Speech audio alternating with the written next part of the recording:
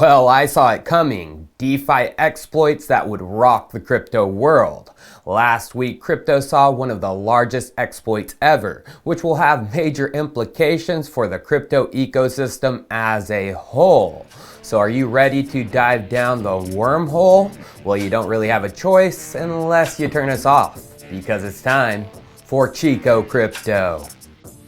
Yes, I did predict major DeFi hacks would come all the way back in September of 2020, right when DeFi started to take off. I posted this video, warning, billion-dollar DeFi hack is coming. And I explained that there would eventually be hacks and exploits coming, which would total more than $1 billion due to protocols and dApps rushing out code and skipping audits. Well, it only took about a year for this to happen. August of 2021, Poly Network was exploited for over $600 million. And I posted this video. Beware, another hack will happen. 1 billion soon? Well, luckily Poly Network had a nice hacker who ended up returning the funds. But I predicted another big one was coming, as DeFi protocols, especially cross-chain bridges, were still rushing out their code and not doing due diligence with audits.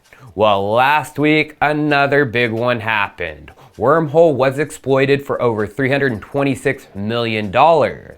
Although it was patched up and fixed within days. But let me tell you, the repercussions aren't over for this, and there is much more to this story than meets the eye. So what exactly happened, and why is this of such importance to the entire crypto ecosystem? Well, it involves two of the crypto ecosystem's biggest protocols, Ethereum and Solana. Yeah, Wormhole is a bi-directional bridge for Solana. The bridge allows asset transfers of ERC20 over to Solana and vice versa, the newly minted SPL tokens back over to Ethereum. Now, the hacker and exploiter found a bug on the Solana side of the bridge. This bug allowed them to mint 120,000 wrapped Ethereum on Solana.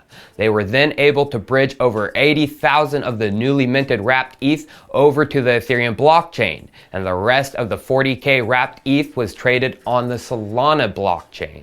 Now, why is this so devastating? Well, let's talk about Solana first. Number one, this bridge was highly promoted by the Solana leaders as a whole. Solana's Twitter promoted it on multiple occasions. And then SBF, Sam Bankman-Fried, also promoted Wormhole. But just last month, throughout January, his own project Serum and Wormhole put on a hackathon together called Convergence, where both Wormhole presented and SBF spoke. Now, number two, 40K wrapped Ethereum on Solana is a large number. There are a number of Solana-based DeFi platforms that accept ETH as collateral, and if someone didn't jump in to backstop the 40K ETH, those platforms would have become insolvent. In an interview with CoinDesk, George Harrop, founder of DeFi protocol Step Finance on Solana, said this regarding the exploit. If nobody backs it and the coins are truly gone, then Wormhole ETH is worth zero, and everyone who has a balance of it becomes worthless. DeFi protocols, users, everyone. Well, luckily someone did jump in to backstop the loss. Wormhole tweeted last week, "All funds have been restored and Wormhole is back up." So who saved Solana? Well, Jump Capital did, who purchased Certus One, the company behind the development of Wormhole. They tweeted, "Jump Crypto believes in a multi-chain future, and that Wormhole crypto is essential infrastructure. That's why we replaced 120,000 ETH to make community members whole and support Wormhole now as it continues to develop." Jump Capital backstopping and replacing the entire 120K ETH? Remember, that's a cool $326 million. Where were they getting that type of funds? Well, last September, Jump Capital did a funding round where they raised $350 million, where the funds would be allocated with an increased focus on crypto companies. Now, is Jump going to take a whole round of funding from investors to save just Wormhole? Well, yeah, that might be the case, but that's not going to be made public, as that would be a breach of contract and use of investor funds. The money was raised to invest in crypto companies to provide returns to investors, not to bail out crypto companies. So where could the funds be coming from? Well, Bitfinex'ed, the infamous crypto sleuth, has an interesting theory. He tweeted, "Solana Wormhole need to come up with 120,000 ETH to restore the pegging. There's a good chance they're not going to say where the 120k ETH is coming from. 1. Undisclosed loan from crypto exchanges with customers' Ethereum. 2. Crash the price of ETH to reduce costs. 3. Use money that has been raised recently to slowly buy back the missing ETH." Bitfinex'ed Tether fraud is a good candidate to help Solana with number 1. Bitfinex and Tether has a history of loaning out customers' crypto for a fee to traders and people trying to get forked tokens cheap.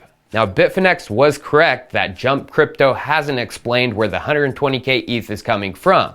Jump just said that they replenished the contract with the missing ETH. They didn't say where it came from. So is Bitfinex onto something when saying Bitfinex and Tether are good candidates to help with a loan for that amount of ETH? Well, Jump Crypto and Tether are very close. They have ties and business deals that go deep within the Solana ecosystem. In November of last year, Protos.com put out a research piece called the Tether Papers, which dove into the entities acquiring all the Tether that has been created. The article states, "Still, the question of who exactly buys Tether directly from its parent company Bitfinex has remained unanswered since its inception way back in 2014.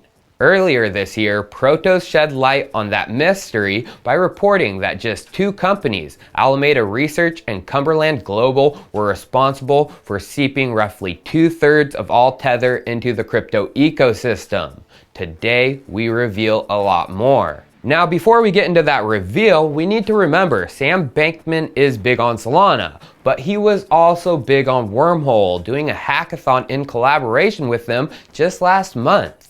Now, if you didn't know, SBF is also behind Alameda Research. The entity that Protos found is one of the 2 entities sucking up the majority of the USDT. The article states, "One of Alameda's most notable moves was its participation in Ethereum killer Solana's $314 million token sale earlier this year, alongside Polychain Capital and CoinShares.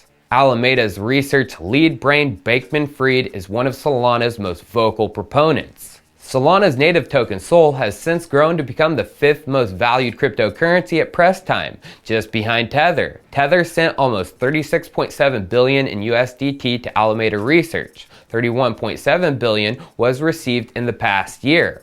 Alameda Research accounted for 37% of all outbound volume. SBF, Alameda, Tether. But now let's get into the reveal. Down further in their research piece, it talks about Jump Crypto. Last September, Chicago-bound trading giant Jump Trading made a widely publicized crypto push by investing in decentralized exchange Serum on Solana. Yes, Sam Serum, who just did the hackathon with Wormhole last month. It then says, Serum and Jump had inked a deal for an undisclosed amount that would see the outfit provide the liquidity necessary to make Serum-powered platforms like Mango Markets usable. Since then, Tether has issued Jump at least $1.1 billion in USDT on Solana this year, equal to almost 99% of all USDT that exists on that blockchain. Jump Crypto is considered the top liquidity provider to Mango Markets and Solana overall. Jump and Tether, aka Bitfinex, are highly connected. Jump is crucial to Serum, the biggest DEX on Solana, as they are the facilitator of Tether on the blockchain.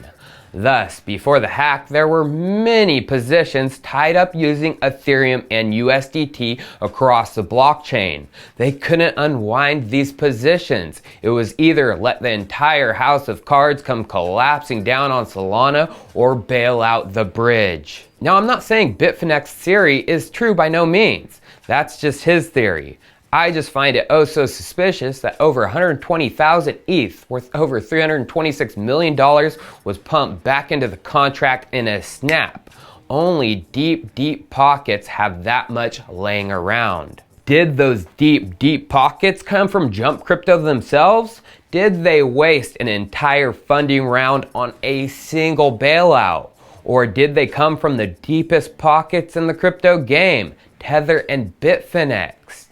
Well, it's highly likely we won't ever figure it out, the entire story, until the Tether house of cards and the whole crypto markets come crashing down. Cheers, viewers. I'll see you next time.